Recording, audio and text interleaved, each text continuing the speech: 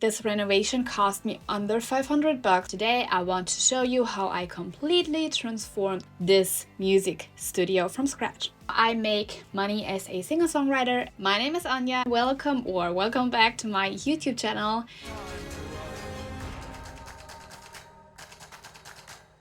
I have something very special planned for you, and it took me a long time to finish this video, so I'm sorry. But you didn't know. For a little while now, I make money as a singer-songwriter, and most of the time I work from this little home studio. And today I want to show you how I completely transformed and improved this music studio from scratch. It will be a before and after video, so I will take you through every step of the way.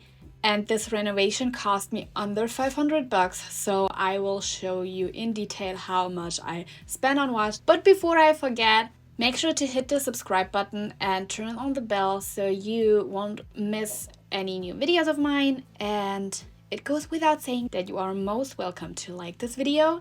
It helps me and the channel a lot. Now let's dive in. Here you can see my old studio. It actually is not a home studio. This room is in the basement of my parents, so I spent a lot of time in here as a teenager making music and writing songs. But nowadays I have to drive here. You can see that it's pretty messy. At this point it's more used as a storage room than for making music. And guess what? That's my mom when she was young. I think maybe around my age. It's from 1987, so she was 21 at that time. It's from my dad. So my dad painted my mom when they were young, and I think it's great. The fact that I have to drive here every day and have to leave the house to go to work helps me a lot. That wasn't the case before with my little home setup that I had, and now I find it more easy to get into routines and stay in them. This is a big plus to this environment here. But as you can see, the setup was very rudimentary, and basically instruments and equipment are scattered in every corner of the room and everything. The sound wasn't optimal in here, and like the acoustics were far from perfect. And for me as a vocalist who needs to deliver vocal recordings and top lines and all that kind of stuff, it is super important to me to be able to record solid vocals in this environment. But we'll talk about soundproofing in a second. First, we had to get rid of everything in the room. So what we did was to declutter the room to create a blank canvas. And here you can see the first reason why I decided not to soundproof the whole thing.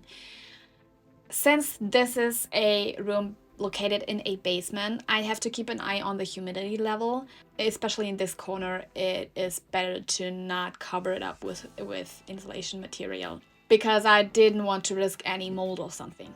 Spoiler, I've been working in this studio for quite some time now, and the humidity levels are actually below average, but oh well, that was not the only reason.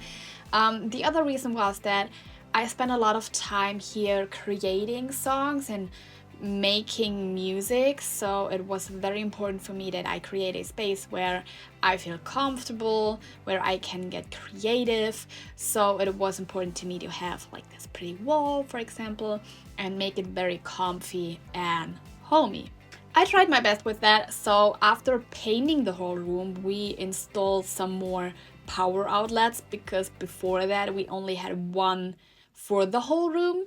And yeah, because of the fact that I have a lot of equipment that needs power, obviously, I needed some more options. And then we already could start building the vocal booth. We did that by building a wooden framework and filled that up with glass wool. Do you say glass wool? Is that even a word? With insulation material. And we did that in this one corner, and the same thing we did to cover up these ugly pipes along the ceiling and along the green wall that helped with even absorbing more sound. And then afterwards we covered it up with fabric, basically. By the way, all the stuff that I'm showing you here you get at your local hardware store. But also I did put links in the video description down below if you want to check them out. When it comes to all the renovation stuff, that is basically it. So the room was ready to move in the furniture and the equipment, which made it hard to maneuver for a second, but I promise I did have a plan. I actually planned out the whole setup like in the beginning, and it almost completely ended up looking exactly how I planned it to be. Here you can see my plan from the eyes of a bird, if birds could like see through roofs and cement and stuff. The important thing for me was that I could record vocals by myself. That's why I put the desk directly next to the vocal booth corner, because I can turn my screen to the left and then record standing in the soundproof corner like you see me doing here. Talking about soundproofing, I can hear my neighbor like walking upstairs. I hope you can. Oh, now she's vacuuming. You have to see, I have to schedule my vocal recordings. Usually I to do them in the morning because then the house is empty.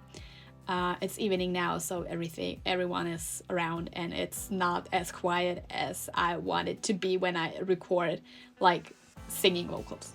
Also, like, all the equipment you see me using is still pretty basic, but it's totally fine at this point.